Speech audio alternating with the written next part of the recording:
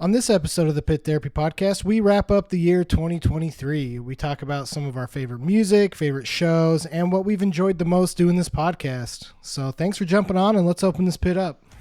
Somebody hit somebody!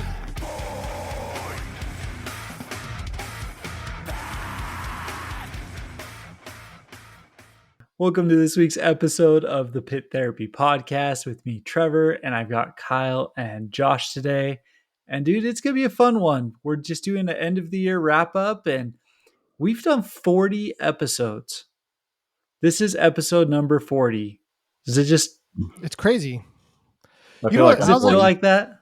No, and I was actually talking to my wife about this because it was like, well, it wasn't just my wife. We were with some other friends, and they were asking. One of the guys wants to start a podcast, and he's like, "How much research do you do like for every episode?" And I was like, honestly, like not that much. Like it's so easy for us to get together and just talk about this stuff, you know?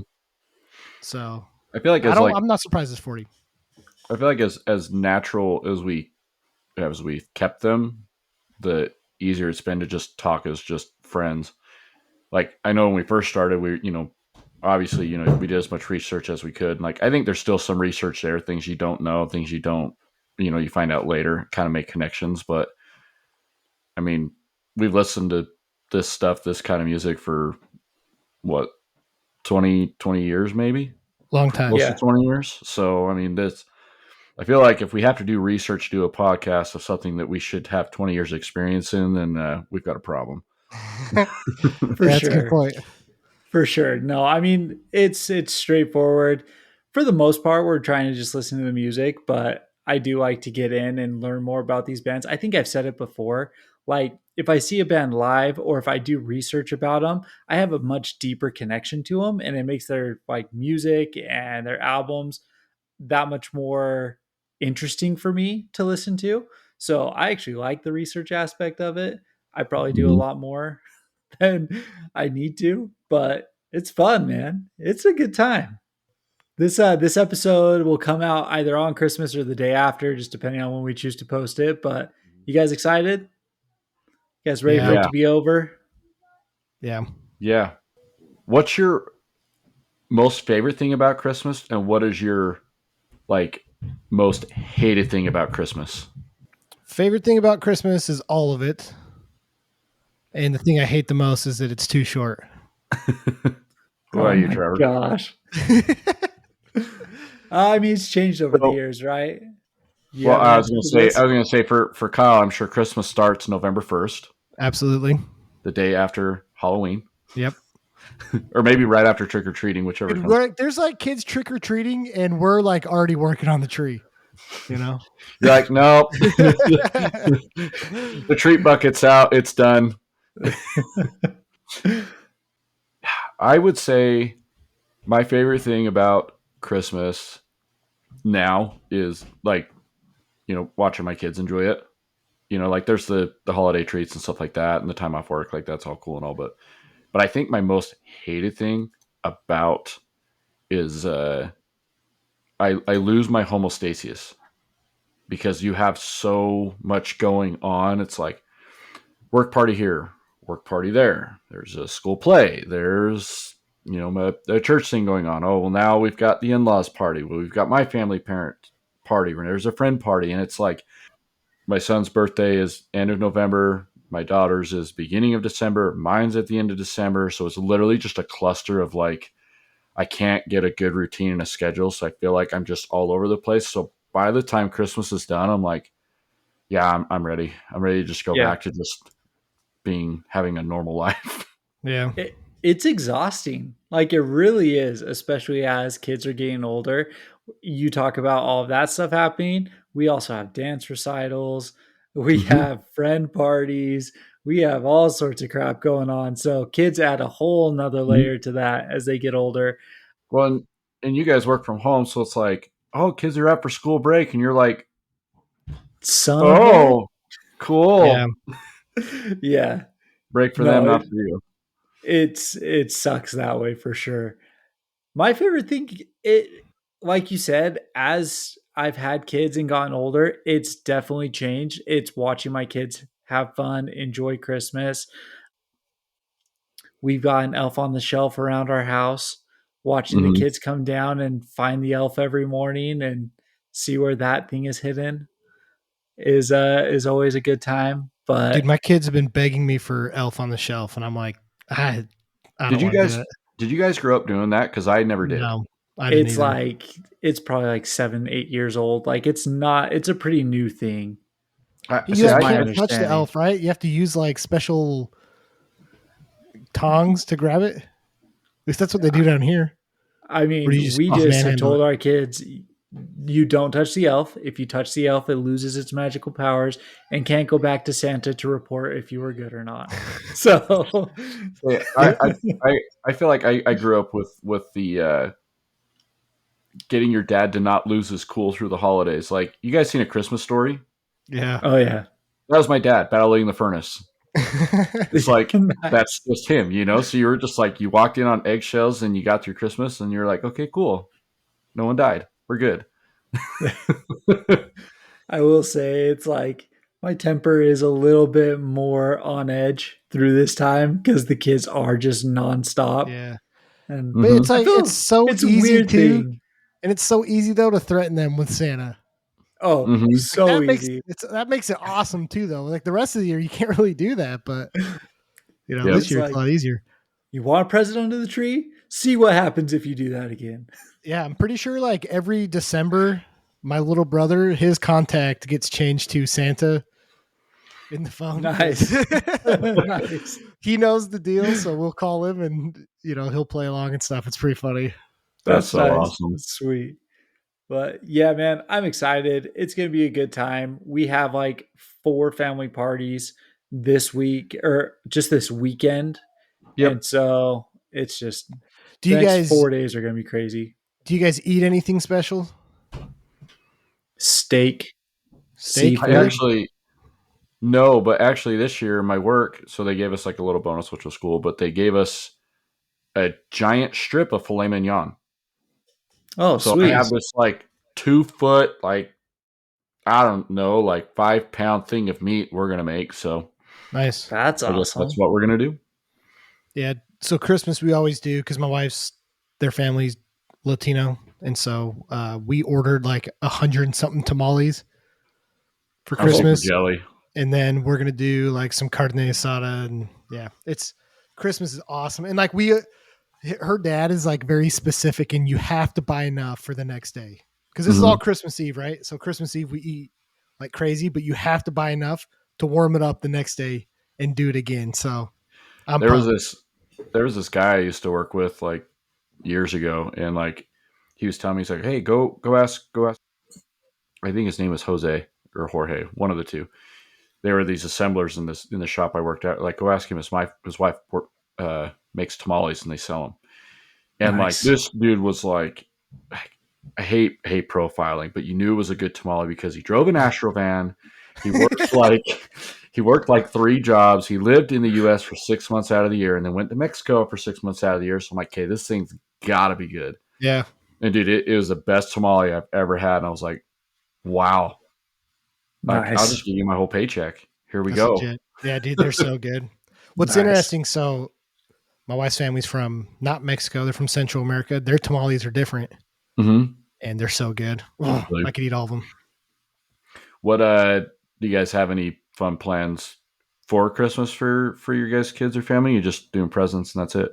We might go see that migration movie. Have you seen the previews for that with the yeah. ducks flying around? Okay. So That's cool. we might go see that on Christmas. We What about used to do movies, but nothing has really come out like they used to, like before Christmas. It's weird. Go see Trolls, man. It's That's worth true it. though. All the huge releases used to be right on Christmas. That's Yeah. a good Marvel point. They haven't done- movie yeah, or yeah. yeah, something that you knew about. All the Harry Potter movies, right? Yeah. They're like Christmas and stuff. What about you, Trevor? You know, I was hoping that there was going to be some snow, go do some sledding, but there's not. So maybe I'll go push my kids in the grass and dirt instead. There's We'll see. there's a sledding hill up in Logan Canyon. I don't know if Logan has snow either. They might because they're higher elevation. But they call it the Sinks. It's like right before you dip down into Bear Lake. We went Yeah. snowmobiling there beginning of this year, and like we saw some kids going down in tubes, and they were catching like 10 feet of air. That was Yeah. pretty wild. I'm like, Sick. this is where I would take my kids. It's a big hill. You can cruise down that thing. And it's high enough that, like you said, it gets the snow, but it's also on the west face, so it melts a little bit, but then also freezes. So it's just like Mhm. straight ice. Gets Like super yeah. icy. it's brutal. It's pretty So wild. So you go way fast, and if you fall after catching air, it's like broken limb guaranteed. yeah, Yeah. exactly. Do you remember? So, Did you guys ever like almost die at Cheese Hill in Centerville? Which one was Cheese Hill? It was like By You know Cheese what- Park? you know where the DI was, right? Yeah. Yeah. And then the church behind it. It was like in that neighborhood up there, like up on the hill, and it was just like a park. It had a big field, and you would go up like into the trees. There was just this little tiny like canal thing that like you would you would go down, but it would ice up really bad. And if it was dark, like you could really do some damage. Yeah. Yeah, I don't remember tubing very much with Really? you guys, but I do remember building those water slides at that park. Do you remember that? Oh, Yeah. yeah. The slip and slide. Slip and slide. Yeah. Yeah. I remember me and one of our friends went to Walmart and spent like $30 on like KY jelly and gosh. like all this lube and stuff. And You bought guys ever? Or go ahead. I was just saying, we found like a used mattress or something. Remember, we put the tarp over the mattress and a tire under the mattress, so we had this huge jump. Do you not remember doing that? Gross. And like we'd play football. We'd put the football. There'd be one, Oh, yes. there'd be one person with a football at the bottom of the hill, and they'd have to run up the hill while there's like 20 of us sliding down trying to take him out. So I awesome. do remember that. Yeah. Oh, I- man. I remember going sledding at Mueller Park too. I you guys did ever Mueller. used That was a there. good one. Yeah, that was a I- good one. The Fine, best it's is Eaglewood Golf Course. That Yeah, one I was did terrifying. Eaglewood. Because you'd go down so far, and then you would like hit that large hill, and the goal Yep. was to get up the hill and then go down. And I remember I sledded all the way out and ended up on the frozen pond. Oh, And I was terrified because I thought I was going to fall through. oh, man. Did you ever do Old Main in Logan, Trevor? I did. I did it a That couple of times. That one you get going pretty quick, and then there's like a main road that you have Yeah, to try and and like stop a for. drop off Yeah. that Yep. people would park by. Yeah. So Yeah. did that one. We took mattresses down that one a couple of times. Nice. That one was pretty fun. So So Right. awesome. no, man, good times. I'm excited. I like Christmas. It's fun.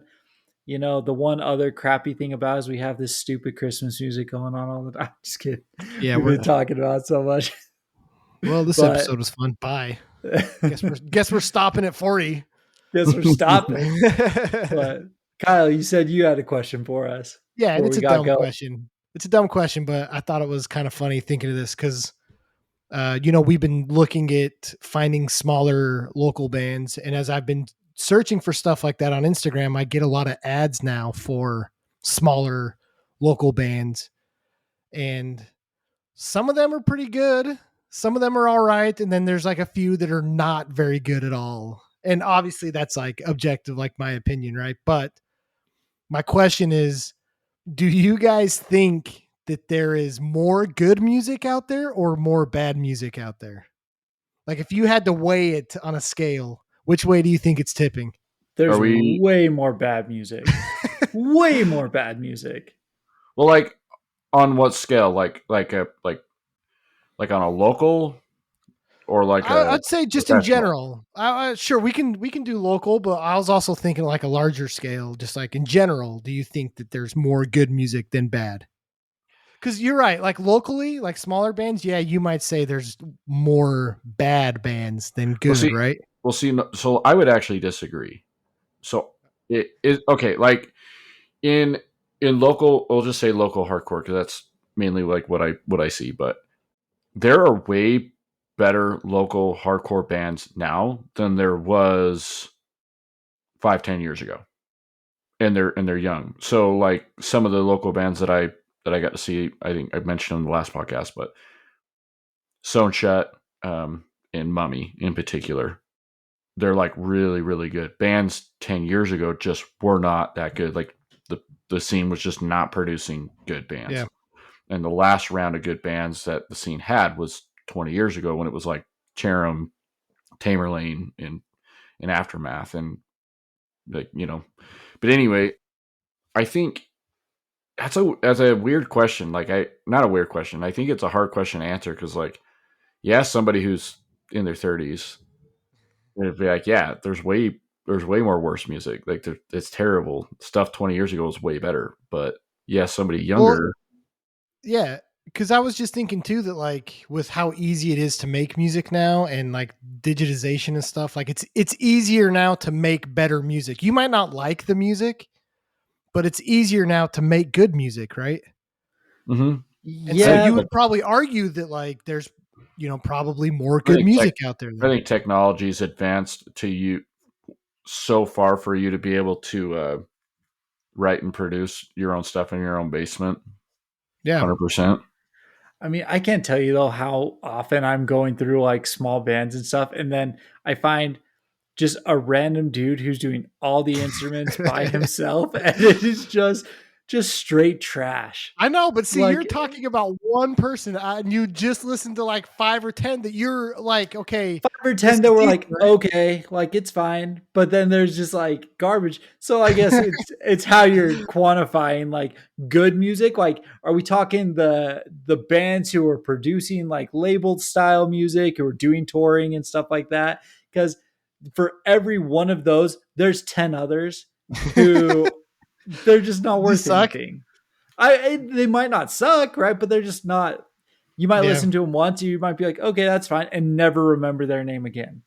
Yeah. Mm-hmm. So yeah, I don't know. I don't know. It's just making me wonder because like, you think that's because they aren't that good though, or do you think that's because there's just a lot more variety? Because 20 years ago there wasn't much variety. There was like a couple bands that stuck out because they were the ones that like started the pathway of that style of music. But instead of one band in each way, now you've got 20. Yeah, I mean, that's probably more the case. Like the ones who stick out are definitely like above the rest. And then there's just an army of mid-tier bands kind of thing. So maybe that's what it is. Maybe there's like really good music and really bad music, but the truth is there's just a ton of mediocre music. Like 20 years ago, if someone were to say, do you like pop punk? What would come to your mind? Like the massive ones, right? Like Blink and all them. Blink, Saves the Day, H2O, or Newfound Glory. But if someone were to ask you now, do you like pop punk? Yeah. Story So Far, Knuckle Puck, Real There's Friend. so much. Yeah. Wonder like Years. 300 bands. Yeah. You're like, oh, it's not necessarily that's bad, but it's just there's a lot more. Yeah. So that's probably the truth then. There's probably the really good, the really bad, but the truth is there's just so much mediocre. That's probably what it boils down to. Yeah. I think I don't think in all, but I think in some cases for sure. Yeah. I was like, gotcha. Like one of the bands that popped up was this band called The Riverside or something like that. And they're like Appalachian folk music.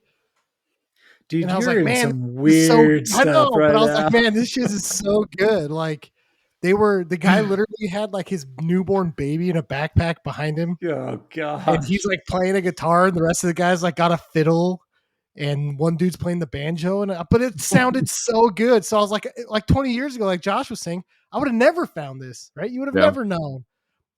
So like I don't know if the scales have changed at all, but like as I have now that my algorithm is set to look for this stuff on social media, I do feel like I'm generally finding more bands that I think are good. I might not necessarily like the music, but it's better than the like. I find more of that than I do bands that I'm just like, oh, that's bad. You know, it's interesting, like how it all relates. So, like, we did the episode of Alexis on Fire, but from Alexis on Fire came City in Color.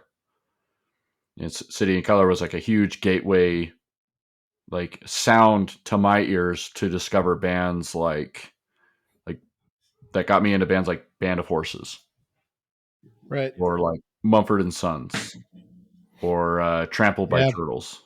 Just and I would have never sought out any of that if like I didn't hear that first. That band Defeater was the same way for me. It was a huge gateway into making a connection into like farther down the road hardcore bands. You know, like those bands you first hear where you're like, that's too much. I'm not ready for that. And you find like steps to that band, and then you're kind of like ready for your ears to hear it. Defeater was that band for me for sure. Yeah. That's I guess I don't know. I maybe this is probably why we've been such good friends too for a while, is because I think we all kind of think the same way. Of it's just really interesting how we can go from something like Defeater to something like Beatdown, but then you're sitting here talking about Trampled by Turtles, and that's like the complete opposite of the spectrum. And this is again kind of where the thought of this question is coming from, is like there is just so much good music out there, and if you're going to be a snob or an elitist about a certain type of music, you're going to miss this whole amazing like bucket of genres that are genuinely good music, you know? And I don't know, I just think it's cool that we can talk about stuff like, you know, all these different bands and music, and because it's cool. There's good music out there. That's just kind of where this thought of that question came from. So, right. Yeah, for sure. I think that ties perfect into kind of what we were going to talk about today. So really, we just wanted to hit on kind of how this year's wrapped up. We wanted to talk about kind of our initial thoughts on 40 episodes in on the pod, what we liked, what has stood out to us. We wanted to talk about some shows that we've seen, and we wanted to talk about some new music that's come out in 2023. And so going right off of what you're saying there, Kyle, like thoughts about the pod, like the highs, the lows, everything in between. I think for me personally, it's exactly what you just said. We've been able to do an episode on a band like Conditions, and then we've done an episode on a band like Kubla Khan, like opposite ends of the spectrum, right? Conditions is touring with Paramore. Kubla Khan has Terror vocalists on their song, right? It's just like everywhere and in between, we've been able to find stuff, and it's been a ton of fun. It's been a lot of fun listening to these discographies. It's been a ton of fun learning about these bands and also seeing how this music all ties together again. I mean, we know how it ties together. This is why we listen to all this music kind of stuff. But to be able to talk about head walking a title fight was a thing that you've said before. Like, it's awesome. So, like, what have you guys really enjoyed in doing the pod? Is there anything that's like stood out on specific episodes or anything like that for you that you can recall? I think that being able to, because this music was such a, we talked about this on the Getting to Know Us episode, but this music was so critical for all three of us growing up, and all the memories we made. I mean, I think the description of our podcast is, you know, telling stories on the pod that our wives are sick of hearing, but I still do that, right? Like we still talk about the same stories because it was so like important and crucial for our like lives growing up. And so to be able to go back and listen to these bands that, you know, shaped me to be the person that I am now, that feeling of nostalgia is so deep when we do these episodes. And it's really special, right? Because like you put on that album and I just sit there and kind of stare at the wall, and it's just this flood of emotion and flood of memories. And you know, even like not even going that far back, but like when we've done some of the episodes, like Set Your Goals, you know, listening to that album with my kids, and like my son going wild for some of the songs. And, you know, that's just like, that's what this music's about. That's what this podcast is about. And it's been really fun to relive a lot of these memories and experience that. So, I mean, the whole reason, you know, we started this podcast was to see if there was really anybody else out there that like felt the same way we did, right? Like to want to reminisce, I wouldn't say on the past, but like on the good times, you know, like wanted to talk about bands, shows that maybe people don't really talk about anymore, and kind of find how it's all connected. You know what I mean? Which I think over the last 40 episodes, we found more connections than I think we even thought like existed. You know, like the band, you know, Conditions toured with Paramore. The singer from Paramore, you know, dated one of the guys from Newfound Glory for a long time. They're tied into hardcore and all other different directions, like Shai Hulud, and they've toured with Terror in the past. So it's like there's your full connection. It's just and then Shai Hulud was with 100th, right? Yeah. Like it all comes full circle. It's interesting when you start thinking about that. Like hardcore's such a big thing in music in general, and it's all connected somehow. And I think I saw like Paramore's touring with Taylor Swift. No, they did. Paramore opened for a few of her dates in the US. So it's where when you start thinking about it like that, you're like, huh, that's interesting. Not even that. I mean, arguably Taylor Swift is is the largest artist in the world right now, right? Mm-hmm. At this point, yes. On one of her albums, she has the lyrics of an "Every Time I Die" song on the wall behind her, and like confirmed by Keith from "Every Time I Die" that those are his lyrics, and that she's like a fan of "Every Time I Die." Like, full circle, man. You know, it's just interesting. I think it's honestly, I've had fun, like I say, reminiscing on like old stories, old shows. There's so much that has gone on the last, I just say 20 years because I really don't know how long it's been, but like hearing like Kyle's side or hearing, Trevor's side, like we've all got like different perspective on how the show went that night, or you saw something I didn't, I saw something you didn't. And it's like, wow, there was a whole lot more going on, That's been really fun for me. Cause like all the time, like I'll get down and I'll go up and Shine was like, how'd your podcast go? And I'm like, there's so much I have forgotten. And she'll like telling me, I'm unloading all these stories, I'm sure she's bored of it now, but she kind of looks at me. She's just like, you did what? Yeah. Yeah. Yeah. It's also been interesting to see how we've kind of changed, but stayed the same a little bit. Like opinions we had on bands back then are not the same as the ones we have now. And I think that's an interesting perspective that, we've gotten feedback that people kind of agree with that, when you're a 16, 17-year-old kid listening to all these, in my case, stupid metalcore bands, they just don't hit the same way for me. Mm-hmm. Nowadays, it's just, I don't know. It's just interesting as, you grow up and life changes how you look back on a lot of those things and a lot of those bands. So seeing, it's funny that you're saying that you've like outgrown them. For me, like I went away from the music for a little bit, and then as I'm listening, I'm like, yeah, man, this is still the best music ever. Like nothing will touch 2005, 2006. You're never gonna get me to listen to Attack again. It's not happening. Yeah, no. Oh man. We're gonna do an Attack episode, man. You guys are gonna have to. So but man, it's been so fun. Have you guys ever ran into that problem with, I know we do about music, but with movies too, like remembering as a kid, like, oh man, this thing was fire. So like, the new Power Rangers movie came out. I don't know if you guys ever saw it. It's dope. But I went and saw it in movie theaters and I was like, yeah, this is really good, but it doesn't top the original. Well, then the original came out on Netflix and I was like, and I put it on. I turned it off within 5 minutes. I'm like, wow. I don't remember this at all. Is that the one with like the purple? Yeah, the ooze. Yeah. Yeah. You're telling me that's not a good movie anymore? Well, I'll have to watch it. I'm just saying, watch it. It is so beyond cheesy. It was so bad. My anxiety was so high I couldn't take it anymore. I had to turn it off. Oh man. But as a kid, I don't remember it being like that. I'm watching it and I'm like laughing and I'm like, I can't. When he skydives out of the airplane with a snowboard on. Isn't that the second one? Or is that the first one? No, that's the first one. That's the first one. Oh, was it? Because literally, you said the Power Ranger movie, that's the scene that popped into my head when he's jumping out of that airplane. It was so What's cool. The song? What's the song of that? Yeah. Anyway, yeah, I was really bummed.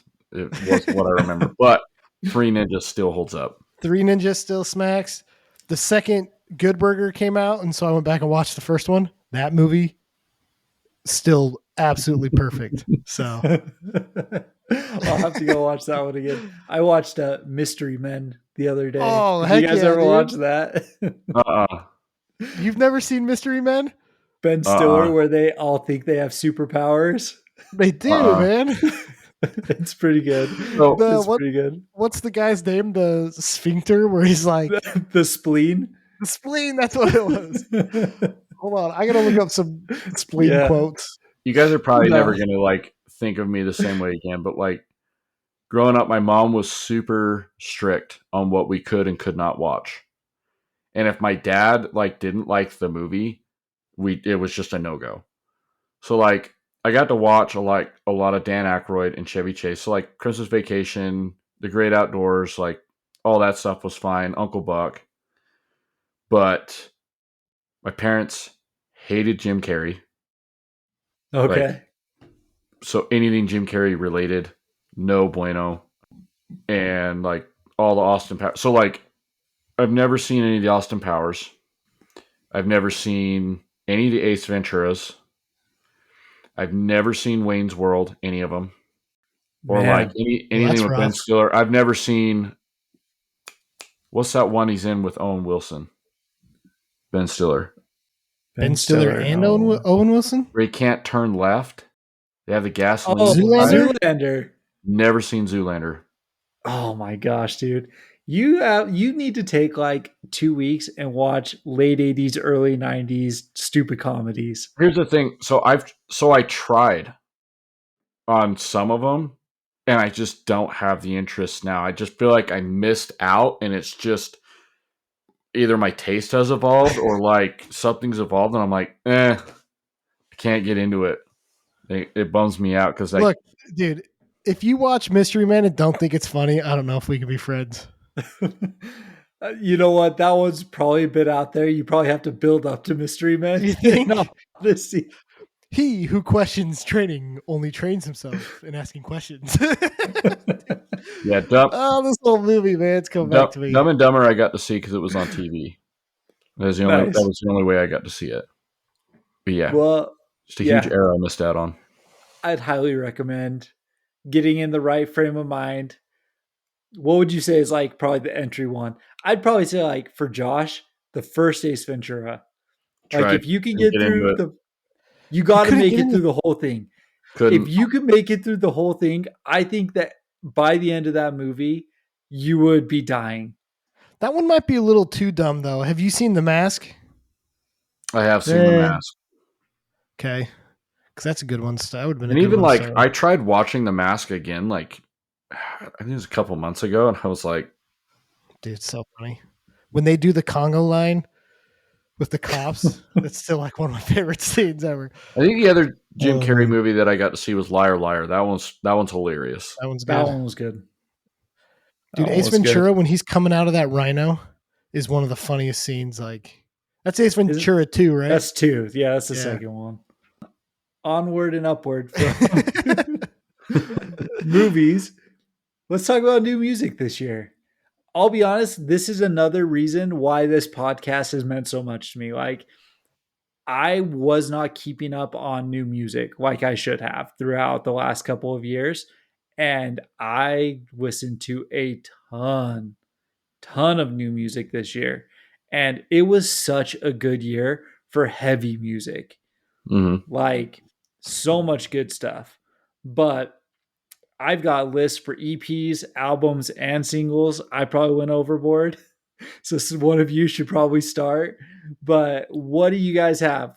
So how do Go we for it, want to Kyle. do this? Do we want to just name off some of the new music that's come out, and then at the end we can say like what's our top? Or So let's start with this. Did you guys listen to more heavy music? Did you guys listen to more soft music? Or in Kyle's case, did you listen to some dumb old reggae all year long? yeah, it's mostly just So- ska and reggae. So But yeah, what did you guys mostly listen to this year? it's a good mix of both, honestly. I don't know that I listen to one more than the other.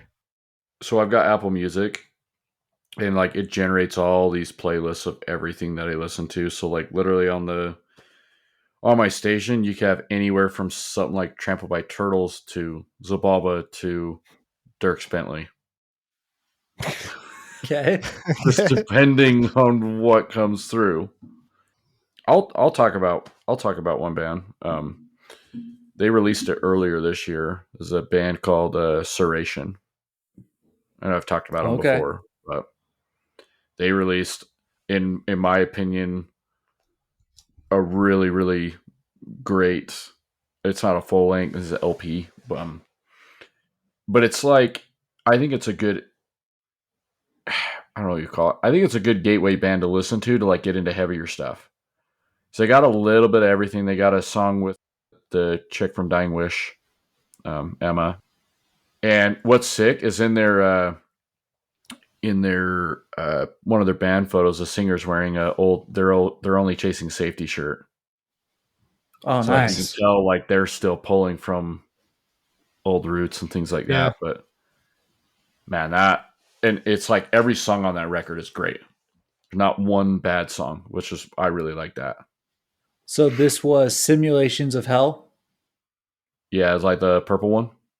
Yeah. Yep. Yes. So Simulations of Hell, 8 songs, 13 minutes. This was one of my favorite things about heavy music this year is you could have full albums under 15 minutes long.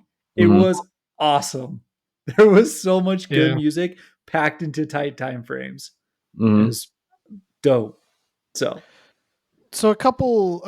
We'll start with heavy. A couple of the heavy bands that I really like this year. So, Berthold City. You guys know them? Mm-mm. They dropped a new album. It's freaking dope. Drain. I know you guys didn't really like Drain's new album. I really liked it. Hold on, let me grab a couple more. End It had some new songs out. They didn't have any new albums though. Magnitude, their new album is super good, Mhm. and I saw them this year, so we'll probably talk about that. We can cut most of And this are out. these are full albums, right? Yeah, That yeah. you're talking about. What was the first band? Angel Dust. Why does Angel Dust count as heavy? No. No. Okay, then never mind. I mean, it's a dude from Trapped Under Ice, so like, kind of. The new Restraining Order album, super good. They have one of my favorite T-shirts from a hardcore band. It says "Make Hardcore Fast Again." Mm-hmm. I want that T-shirt way bad. And That's pretty sick. then I think that was really it from like my tops Okay. for heavy music. So So, I mean, I got deep into heavy music this year. Like, I've listened to more like hardcore and heavy hardcore this year than the last 15 years of listening to this kind of music. Pretty much everything I've been listening to outside the bands that we do podcasts on has been heavy. So, start out early this year, and I've talked about these guys before. I even talked about them on the last episode. But Teeth, band that came from Dead and Divine, 100 Sons. They put out A Biblical Worship of Violence. Solid EP. The Hope Conspiracy. That one was newer that we talked about recently. Yeah. Confusion, Chaos, Misery.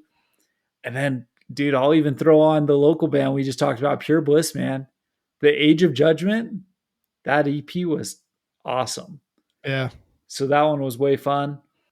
Some just singles that came out. Looking forward to new music in 2024. Neck Deep put out 4 singles this year, but Heartbreak of the Century was one that really caught my attention. Hawthorne Heights, The Storm. yeah, that that was good. a sick song. And then It Dies Today, coming back with Buried by Black Clouds. That was a sick song. And then obviously you got put a Big Blind on by The Story So Far. I Yeah. thought that one was super solid. But albums, Koya, Would You Miss It? It is like the top. It is such a good album. I've listened to that album more than probably any other album this year, other than just like some of my regular repeats that I put on. But for new music, that one was fantastic. But then No Cure dropped a sick album, Mouth for War. Oh yeah, Mouth for And- War's album is so good. Mouth for War was sick. And I really liked it. I know that you have Brendan Murphy. You can't get away from the counterparts, but yeah, you got to listen to The Sin of Human Frailty. It's so good. I listened to it. It was all right. It's just a heavy chuggy band. So Yeah. but it was I mean, so knowing that like so Teeth is my like number one EP pick. It's just like another Teeth album Yeah. kind of thing. So, sorry. Go for it. There's two that I forgot that, and it's funny because these are probably the two from a heavy standpoint favorite albums this year. Incendiary's album. Yeah. Their new album is just so freaking good. That was one of my Christmas presents was I got their vinyl. That's cool. I think the album's called Change the Way You Think of Pain or something like that. Super amazing. And then the last one, which is probably my favorite heavy album, which it's not super heavy, but the New With Honor album. Yeah. Yeah. I think I've listened to that album maybe twice, 2-3 times a week. I listen to that album. So Yeah. can't believe I forgot those. I was just looking through my list and realized those weren't on there because I had assumed I was just going to bring them up anyways. So I my gotcha. bad. I think one that I don't know if I've talked about is Chamber. They I listened released to that a little one. earlier this year. Yeah. Yeah. That it is insane listening to that on record, just because of all the crazy little things that they do, and it's like off time, but it's like all in time.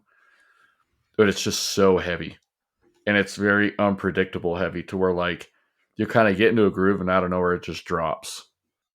I feel like there's a lot of more chaotic type bands starting to come out, and I'm all for it. Yes. We need more of the Chariot, you know? Yes. I really liked Under Oath's single Lifeline. I thought the chorus on that is great. I could put that song on repeat and I listened to it for like an hour straight. I mean, you guys kind of got a lot of them, but Sure. The one other one that, I don't know if it really caught people's radar, but Make the Most of It. Newfound Glory, where they did that acoustic set. There's like only 3 or 4 new songs on it. And then they just basically did a live set of their hits. But it is so good. And just knowing what Chad Gilbert went through, I mean, it's basically about all of his illnesses, cancers. He was found unresponsive by his wife at one point. One of the songs is about the mouth to mouth is about her resuscitating him essentially. Like there's a lot of like really emotional history behind it. And it's really good. So I really like that one too. A few of the like not so heavy bands, the new Crime in Stereo album is so good. And then I think City and Color, that album dropped this year too, right? That was this year. I'm pretty sure. Was it? I think so.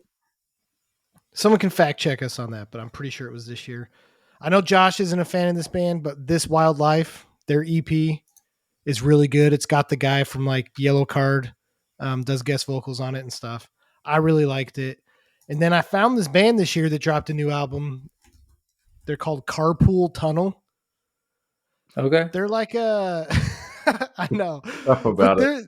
Dude, they're so good. It's like a California, like cruising on the beach with a longboard type music. And sometimes it just hits super right. So, Trevor sent that one song, or that was a Spencer Chamberlain side project, as a joke the other day. Yeah. And I actually really like it. Was it Slow Tide? Yeah. Like SLO/TID. Yeah. huh. Yeah, I'm in this. Yeah, I actually really like that kind of stuff. I don't mind that at all. It was fine. Like, it was interesting. It was fine. But I actually sent it to my sister-in-law who plays like indie music. And I was like, you need to talk to your management and do a collab with Spencer Chamberlain. Mm-hmm. That'd be sick. So, That'd be way sick. yeah, So it was weird. I can't do this without talking about some ska bands. So Joystick came out with an EP. They're dope. And then there's this band called Omnigon, and their album this year is amazing. And just so you guys can understand that ska has cred, the vocalist for Earth Crisis is actually a huge Omnigon fan and says that ska is one of his favorite types of music. So if it's good enough for Earth Crisis, it's good enough for you, Trevor. Sure. Why not, Kyle? It's Christmas. We could give you that one this time. So That's all I want for Christmas is for you to like ska. Well, Carl just was kidding, super man. old. That was probably the only kind of music that came out when he was going to shows. You going to the ska show or the punk show? It's actually a Listen. mixed bill. We just have to say that it obviously didn't catch him enough because he had like found a genre of metalcore just to make music that he actually enjoyed. So Well, look at what he did, dude. He defined a whole genre of music. So I think you should trust his taste in music. So, Started a firestorm. had which to get they it just in there. repressed that I think on vinyl. I was looking at grabbing it, but a couple other that popped up that I'm just thinking of. So 68. I don't know if you guys have listened to them.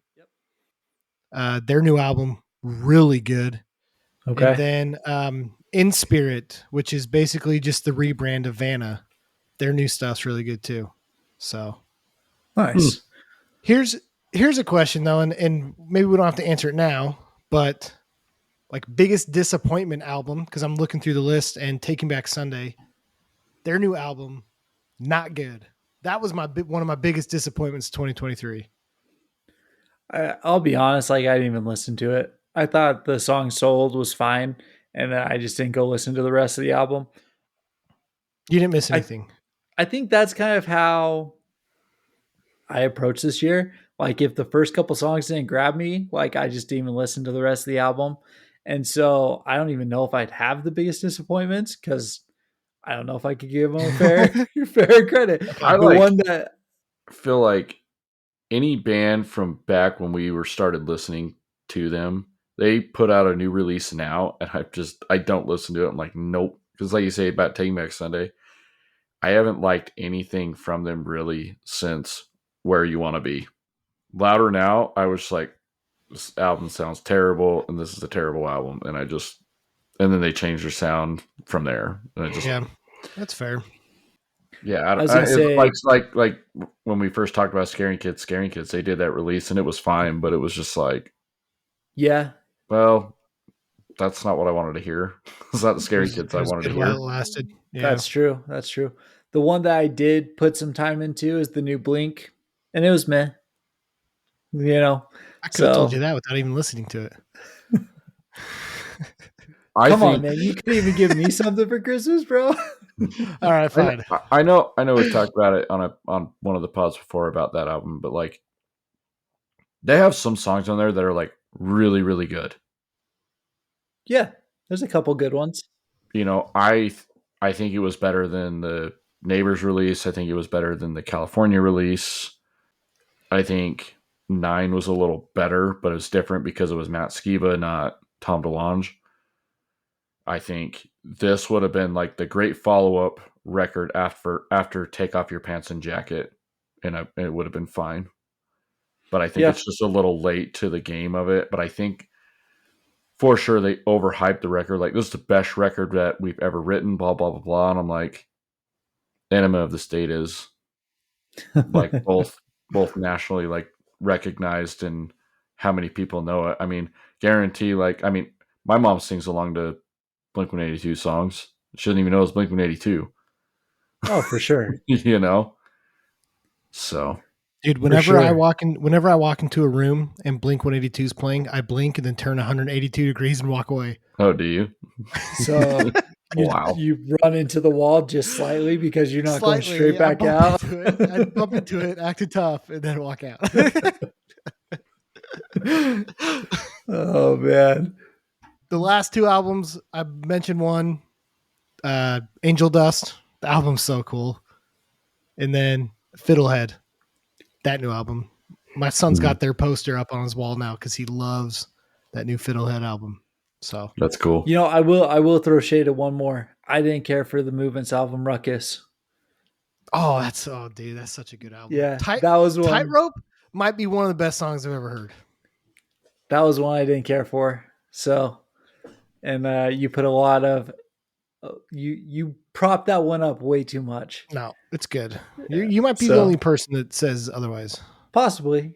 I mean, I'm the only person who says a lot of things. So Even like Kim Jong Un agrees. Or Oh well, he would gosh. disagree, right?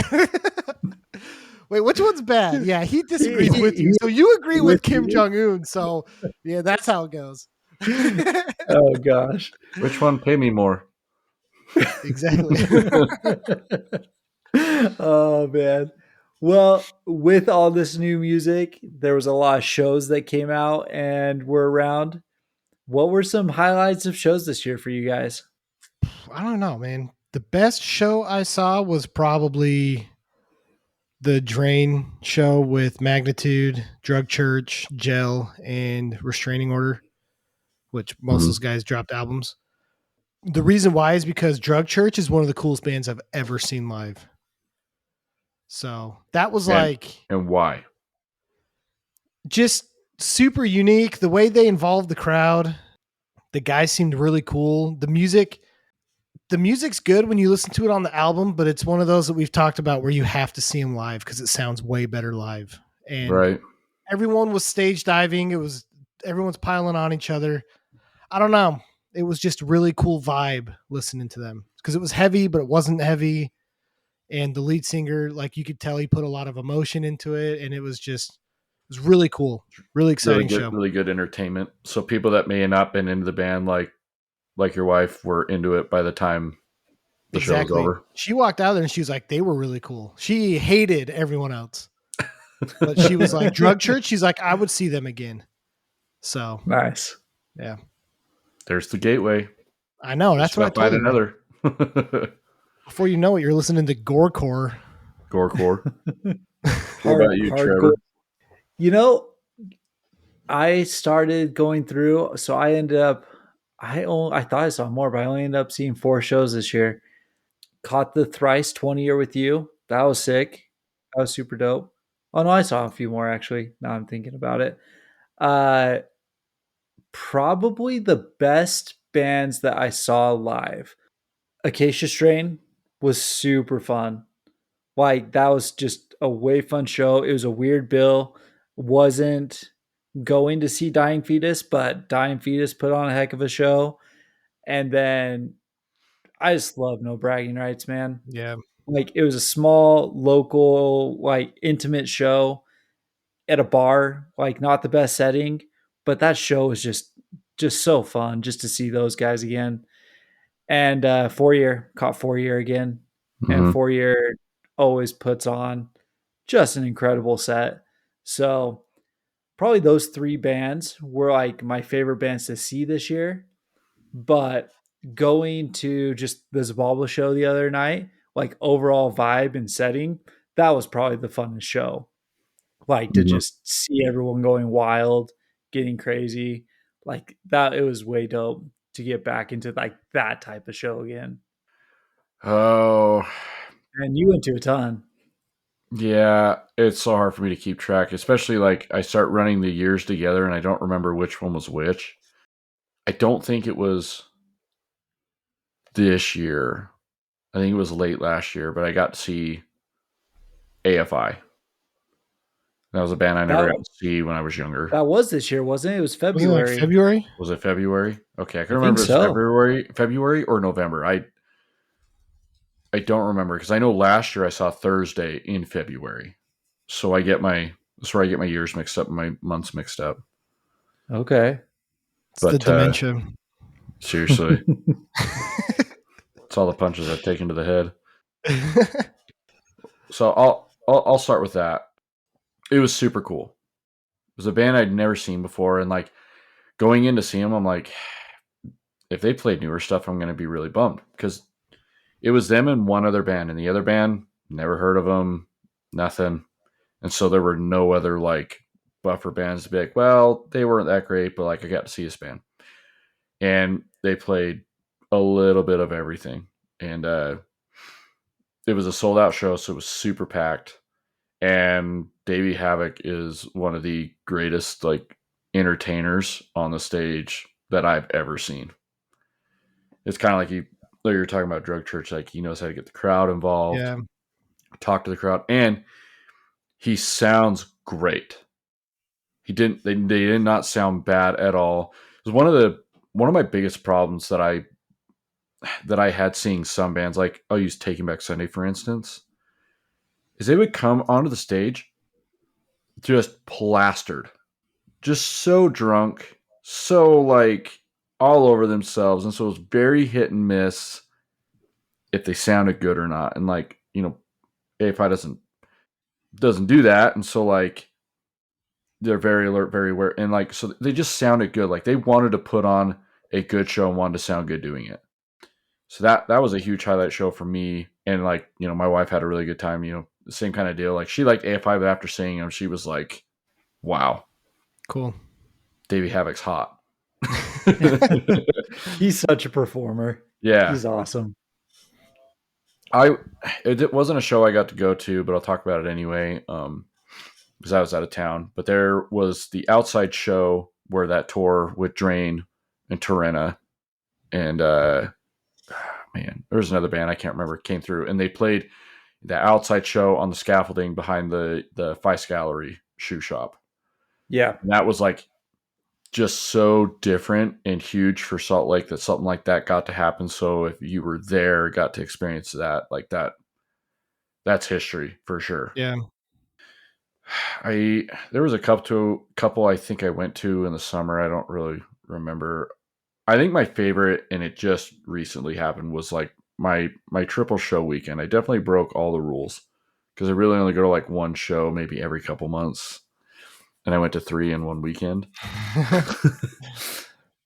I got to see the first local showcase in Ogden that Ogden's had in over 10 years. It was sold out, 150 kids, and it was all local showcase, no touring bands. So that was insane to see. And it was just packed. And then I went to the Pain of Truth and Momentum show the next day. All those bands were really good. There was Torrena and Witness Chamber as well. And it was packed as well. And then 2 days later was Zabalba. And they haven't played here in just over 10 years. And it was really cool to see them. They're awesome live. They're one of those bands that like you hear on the record and it's like good, but then you see them live and it's just so much heavier and just so much better. So we've talked about this, that beatdown in person is always just going to be fun. mm-hmm. Like it's just going to be fun. You don't know what's going to happen, but it's good. I think it's just a different kind of adrenaline. You can listen to it and get like pumped about it, like if you're going to go to the gym or something like that. But then it's seeing it in person, you see everybody else getting kind of wild, and then your adrenaline, like your hair start kind of standing up on your forearm. And you're like, this is it. This is my physical reaction. Let's go. Let's go. Yeah, for sure. A couple other this year. So the No Pressure and Koyo tour was really cool. Oh, the only reason why I don't think that was my top one is because Koyo didn't have their new music. I think if they would have played their new music, because I think their new album is just spectacular. Mm-hmm. So, and I didn't really like the supporting acts for No Pressure and Koyo. Mm-hmm. But the other thing was that I'm going to look back on, I think, and think it's really cool, is that I got to see Mouth for War before they exploded. Yeah. Because they're getting pretty big right now. And I saw them where there's like 20 of us in a bar on the No Bragging Rights tour. And super intimate. They were down with everyone on the ground and stuff. And I was like, this, because to me it was like, this is what hardcore is. And now they've blown up, and I can look back and be like, yeah, I saw that before they were huge, That's history. That's we kind of reminisce and talk about that old stuff. Like, remember the old Attack show? They didn't even have a record out. You had to go on MySpace, listen to their 2 singles. Yep. But it was what, 30, 40 of us, maybe? Yeah. And then by Warped Tour later that year, it was like they were the biggest thing. Thousands. Yeah. Dude, I saw Paramore in Murray Theater, and there was like 50 of us there. Yeah. They just released their first album. Mm-hmm. And so I hung out with Haley Williams in front of the venue, like talked to her and like the guitarist or whatever. Me and one of our friends did. And like, now they're like one of the biggest pop bands out there, opening for Taylor Swift. Like, it's crazy when you think about it. I remember seeing Suicide Silence in the basement of Spanky's in Woods Cross. Yeah. Suicide So Silence crazy. and Stick to Your Guns. And same thing, like 50, 60 kids. And now, like, I mean, Suicide Silence has changed so much now, but I mean, they're on massive stages playing like Metal of Mayhem and stuff Yeah. like that. It's crazy. It's cool. And we're experiencing that new wave. There's a lot of bands who are currently rolling through shows. I think shows are a little bit more packed today than they were when we were growing up, but it's still a small, intimate show. We're still talking about max capacity 150, max capacity 200.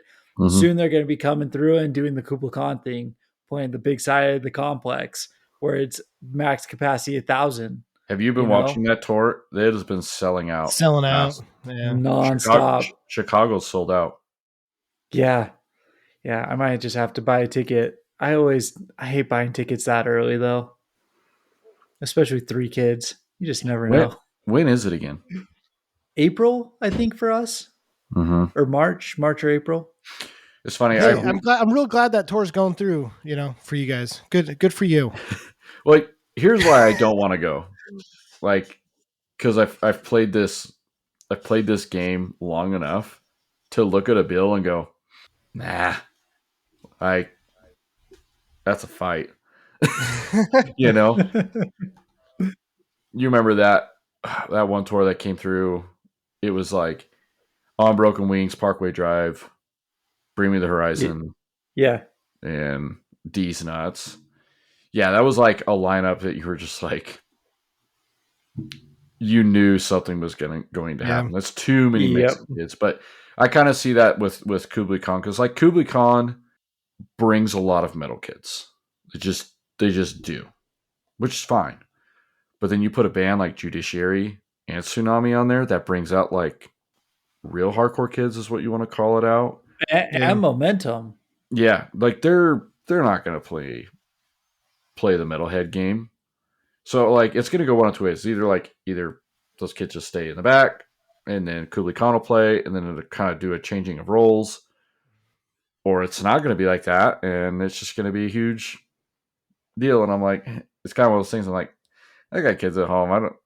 I'm too tired. You know what, man? I think that it's actually going to be okay. After going through and watching the Acacia Strain show, I think it's going to be okay. We had Dying Fetus, Acacia Strain, Creeping Death.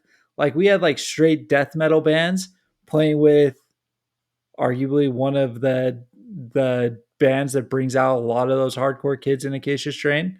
And it was fine. So goodbye. Apparently Josh. He didn't like that. He didn't like what you had to say. So. But no, just wrapping up. In case anyone's wondering, Josh just fell. Either I'm frozen or you're frozen. But it's been a good year, man. It's been fun. I'm glad we're 40 episodes in.